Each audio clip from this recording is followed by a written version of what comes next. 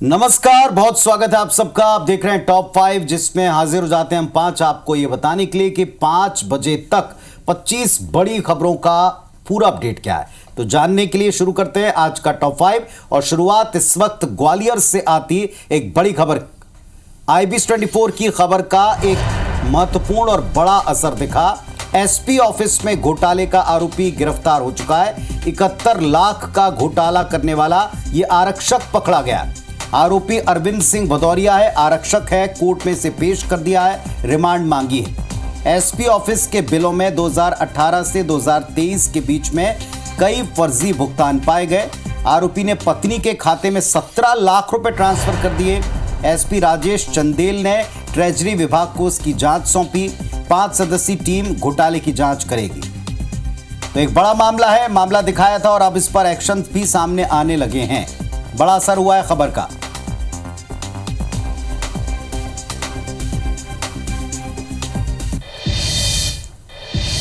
और अब अगली बड़ी खबर दमोह से बता दें, आंगनबाड़ी के 12 बच्चों का स्वास्थ्य बिगड़ गया है। आंगनबाड़ी में कड़ी चावल खाने से इनकी तबीयत खराब हो गई है। इन सभी बच्चों को अस्पताल में भर्ती कराया गया है। दमोह के मुरारी गांव का ये मामला है। तो आंगनबाड़ी में मिड डे मील दिया जाता है और उसके कारण जो बच्चों ने ये भोजन खाया, कड़ी चावल बच्चों ने खाया, उनकी तबीयत खराब हो गई है। अब इन्हें स्वास्थ्य केंद्र में भर्ती कराया गया है, जहां इन बच्चों का इलाज जारी है।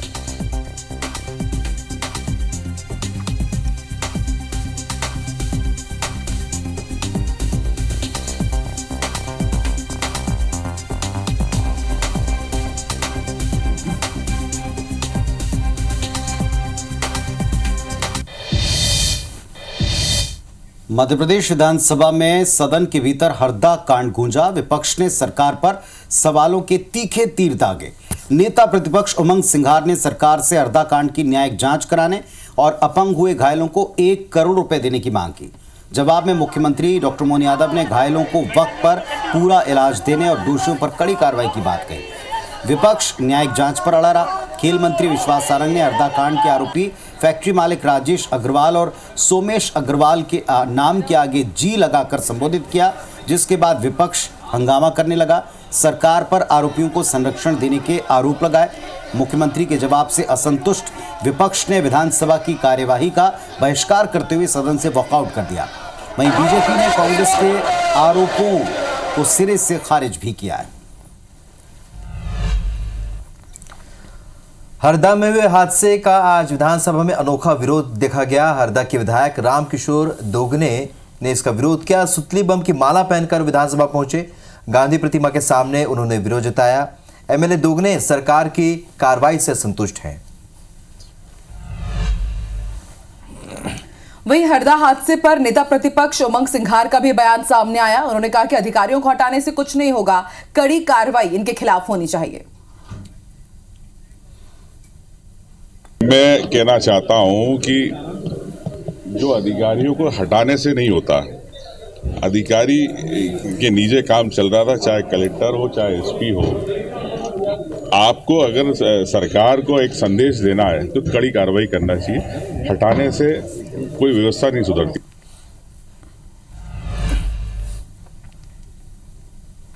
हरदा में फैक्ट्री ब्लास्ट में मृतकों का आंकड़ा बढ़ रहा है। आज सुबह मलबे से एक शव बरामद किया गया। हादसे में मृतकों की संख्या बढ़कर 13 हो चुकी है। 200 से ज्यादा घायलों का इलाज जारी है। हरदा, भोपाल और इंदौर में इलाज चल रहा है। घायलों का आज भी मलबा हटाने का काम जारी है।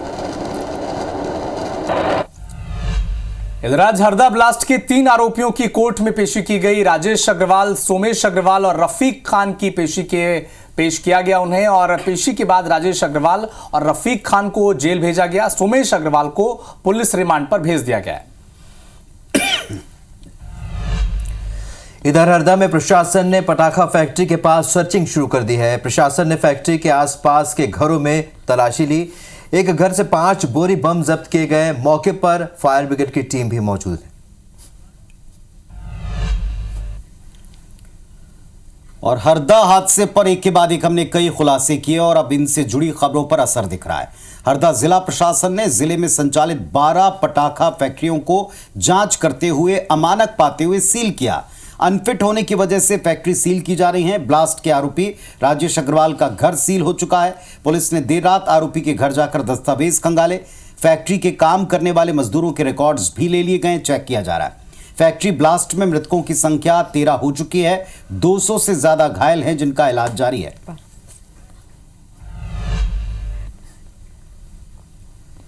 अगली खबर छत्तीसगढ़ से। छत्तीसगढ़ विधानसभा में महादेव सत्यापन को लेकर जमकर बहस हुई। विधायक राजेश मूणत ने गृह मंत्री से आज तक की कार्रवाई के संबंध में जानकारी मांगी और आरोपियों पर कड़ी कार्रवाई को लेकर आश्वासन मांगा, जिस पर विजय शर्मा ने जानकारी देते हुए कहा कि अब तक 90 एफआईआर दर्ज हुए हैं। 67 प्रकरणों में से 154 पर चालान पेश हो गए हैं। दुबई में रह रहे छत्तीसगढ़ के लोग ही इसका संचालन कर रहे हैं।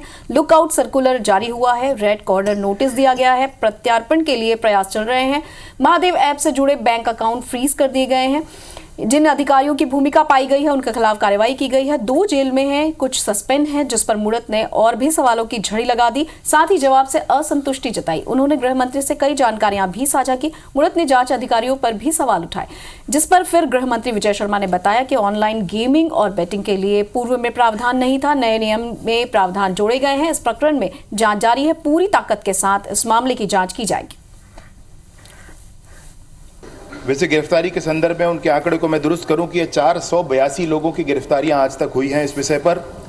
दूसरा मसला है कि जिन अधिकारियों के संदर्भ में चर्चा है, ईडी के चालान के संदर्भ में ले लें या सोशल मीडिया पर या मीडिया पर प्रचलित सारे विषयों को लेकर के जो बात चल रही है, प्रामाणिकता की बात है।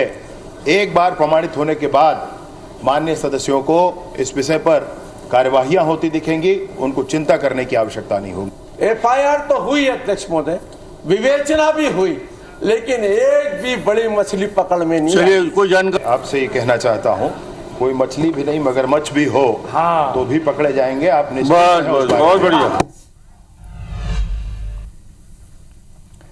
राहुल गांधी की भारत जोड़ो न्याय यात्रा ओडिशा के झारसुगुड़ा से होते हुए छत्तीसगढ़ में प्रवेश कर चुकी है। पंचगांव होते हुए राहुल गांधी रायगढ़ पहुंचे।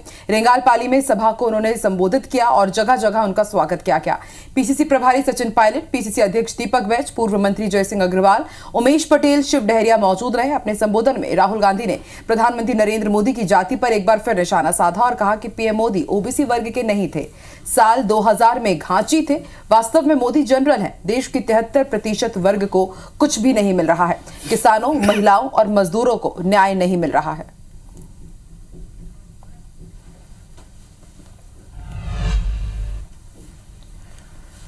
इधर मध्य प्रदेश में कांग्रेस को बड़ा झटका लगा है। शशांक शेखर बीजेपी में शामिल हो गए। शशांक शेखर कांग्रेस लीगल सेल के अध्यक्ष थे। प्रदेश अध्यक्ष वीडी शर्मा की मौजूदगी में उन्होंने सदस्यता ली। उप मुख्यमंत्री राजन शुक्ल भी इस दौरान मौजूद रहे। अगली खबर छत्तीसगढ़ के कवर्धा से, जहां पर अवैध कब्जों पर बुलडोजर वाली कार्रवाई लगातार जारी है और इसी बीच 5 फरवरी को मुस्लिम समाज के जमात खाना और ईदगाह की बाउंड्री वॉल को भी बुलडोजर से गिरा दिया गया। ये कार्रवाई नगर पालिका और राजस्व विभाग की टीम ने की है। वहीं जमात खाना पर बुलडोजर चलाए जाने के बाद मुस्लिम पक्ष में काफी नाराजगी दिखाई दे रही है। मामले में एक एंगल ये भी सामने आया कि बाउंड्री वॉल निर्माण के लिए पूर्व मुख्यमंत्री भूपेश बघेल ने 10 लाख रुपए की राशि विधायक निधि से दी थी, जिसकी निर्माण एजेंसी खुद नगर पालिका थी और इस पूरी प्रक्रिया के बाद बाउंड्री वॉल का निर्माण कराया गया था। लेकिन अब इसे अवैध निर्माण बताकर नगर पालिका और राजस्व विभाग की टीम ने तोड़ दिया है। मथुरा में कृष्ण मंदिर पर धीरेन्द्र शास्त्री का बड़ा बयान सामने आया है। उन्होंने कहा है कि त्रेता युग के बाद अब द्वापर युग की बारी है। राम राज्य स्थापित हो और हिंदू राष्ट्र हो, यही संकल्पना है। पंडित धीरेन्द्र कृष्ण शास्त्री राजस्थान के सुरोही पहुंचे थे। आप सबको आशीर्वाद और राम राज्य स्थापित हो और भारत हिंदू राष्ट्र हो, यही संकल्प के साथ हम राजस्थान में पुनः आए हैं। राम मंदिर त्रेता युग तो आ गए, अब द्वापर युग की तैयारी है और राजस्थान से ही यह वीर आवाज उठेगी। केंद्र सरकार के खिलाफ आंदोलन की भूमिका फिर बन रही है। किसान दिल्ली पहुंचने लगे हैं। 13 फरवरी को किसान संगठनों ने आंदोलन का ऐलान किया है। किसान संगठन अपनी मांग के समर्थन में जंतर मंतर पर प्रदर्शन करेंगे। प्रदर्शन से पहले नोएडा स्थित अन्य इलाकों में धारा 144 लागू कर दी गई। नोएडा पुलिस ने कई जगह पर भारी पुलिस बल तैनात कर दिया है। कई स्थानों पर बैरिकेडिंग है। इस बीच किसानों की भारी भीड़ नोएडा पहुंच रही है। जाम की स्थिति बन रही है। एक दिन पहले ही भारतीय किसान नौजवान यूनियन ने सोनीपत जिले के खरखौदा में ट्रैक्टर मार्च निकाला। किसानों ने कहा कि 13 फरवरी तक अगर उनकी मांगें न मानी गई तो दिल्ली कूच करेंगे।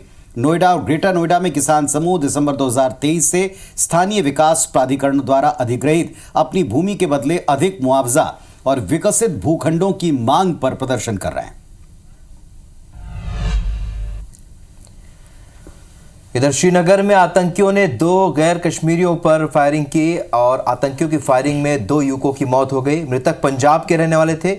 हमले के बाद सेना और पुलिस अलर्ट मोड पर है। हमलावर का पता लगाने में पुलिस जुटी है। मुंबई में समंदर के रास्ते फिर से साजिश सामने आई है। मुंबई हमले के आतंकी जिस रूट से आए थे उसी पर संदिग्ध पकड़ाए गए हैं। कुवैत की नाव में 3 संदिग्धों को मुंबई पुलिस ने पकड़ा है। बोट में अब्दुल्ला शराफत लिखा था। संदिग्ध गेटवे ऑफ इंडिया के पास नाव से घूम रहे थे। नाव जब्त कर ली गई है और संदिग्धों से पूछताछ जारी है। श्रीनगर के बागे मेहताब इलाके में भीषण आग लग गई। घर के लोगों में भागकर अपनी जान बचाई। लाखों का सामान जलकर खाक हो गया है। फिलहाल फायर ब्रिगेड की टीम ने आग पर काबू पा लिया है। इधर हरियाणा के रोहतक में हलवाई दुकान के बाहर फायरिंग की घटना सामने आई। आरोपियों ने पर्चा फेंककर 1 करोड़ रुपए मांगे। भाऊ गैंग के नाम पर पर्चा फेंका गया। दुकान पर गोलियां चलाते बदमाश सीसीटीवी में कैद हो गए हैं और सूचना पर पुलिस ने अब जांच शुरू कर दी है। पश्चिम बंगाल के आसनसोल में पुलिस और सीआईएसएफ पर कोल माफिया ने हमला कर दिया। कोयला चोरों ने को पकड़ने गई पुलिस की टीम पर यह हमला हुआ। माफिया के गुर्गों ने पुलिस गाड़ियों में तोड़फोड़ की। पुलिस और सीआईएसएफ के जवानों ने भागकर अपनी जान बचाई। आसनसोल के बाराबनी थाना इलाके में यह हमला हुआ।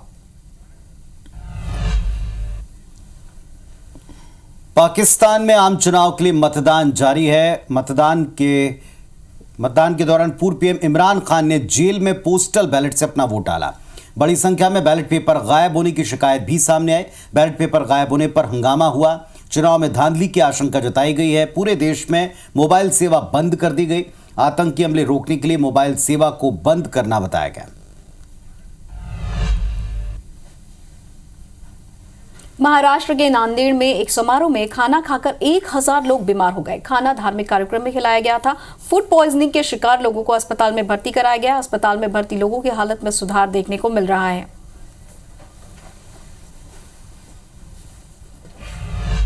सुकमा के टेटेमडगु इलाके में सुरक्षा बलों और नक्सलियों के बीच मुठभेड़ हुई। जवान सर्चिंग ऑपरेशन पर निकले थे। जवानों की जवाबी कार्रवाई के बाद नक्सली भाग निकले। डीआरजी और कोबरा बटालियन के जवानों ने यह कार्रवाई की। दंतेवाड़ा के गोंदपल्ली में पुलिस और नक्सलियों के बीच मुठभेड़ हुई और मुठभेड़ में 8 लाख का इनामी नक्सली ढेर कर दिया गया। सुकमा दंतेवाड़ा सीमा पर यह मुठभेड़ हुई। मुठभेड़ के बाद नक्सली का शव बरामद कर लिया गया। मध्य प्रदेश के मुरैना में एक तेंदुए का शव मिला है। कुंवारी नदी के पुल के पास तेंदुए के शव को बरामद किया गया है। ग्रामीणों ने वन विभाग को सूचना दी, जिसके बाद तेंदुए का जबड़ा तार की फेंसिंग में फंसा हुआ मिला। वन विभाग अब इस मामले की जांच में जुटी हुई है। कैलारस के नेपरी गांव के पास की घटना बताई जा रही है। आयुर्वेद चिकित्सा को बढ़ावा देने के लिए शहर के हृदय स्थल पर मोटी रकम खर्च कर जिला प्रशासन ने आयुर्वेद अस्पताल की स्थापना की, लेकिन ये चिकित्सालय परिसर असामाजिक तत्वों की वजह से बदहाल है। अस्पताल असामाजिक तत्व और नशेड़ियों का अड्डा बन चुका है। अस्पताल कैंपस में उपयोग की गई नशे के इंजेक्शन, टैबलेट और सिरप की बोतलें दिखना अब आम बात हो गई है। आयुर्वेद चिकित्सालय के प्रबंधन के अनुसार असामाजिक तत्व और नशेड़ी कैंपस के अंदर नशा करने के साथ ही लगातार अस्पताल में चोरियों को अंजाम दे रहे हैं, लेकिन इनका जो हौसला है वो कम नहीं हो रहा है।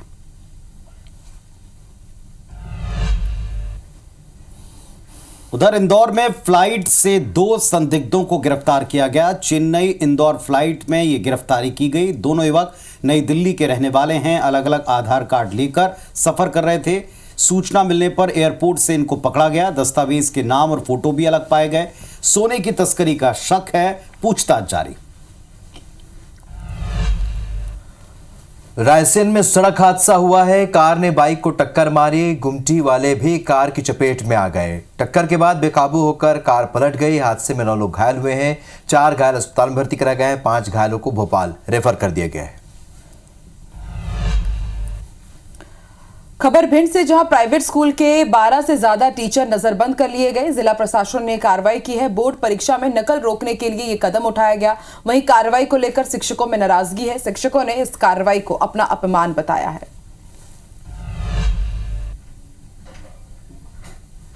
बीजापुर से बड़ी खबर आ रही है। नक्सलियों ने मोबाइल टावर में आग लगा दी है। मुडवेंडी घटना के विरोध में ये आग लगाई गई है। कुटरू मार्ग पर वेंचाराम गुदमा के पास की ये घटना बताई जा रही है। नक्सलियों ने पर्चे फेंककर इस घटना की जानकारी ली है, जिम्मेदारी ली है।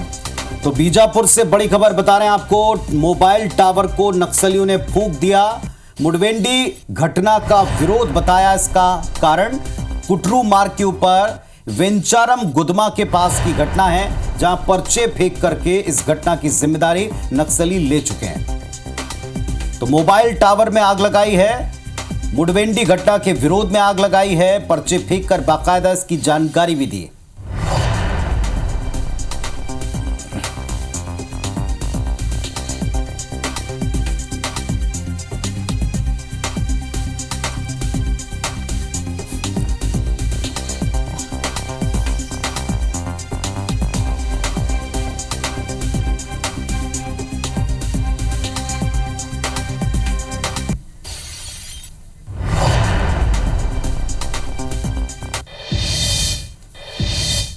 और अब आ रही है यूपी अपडेट की।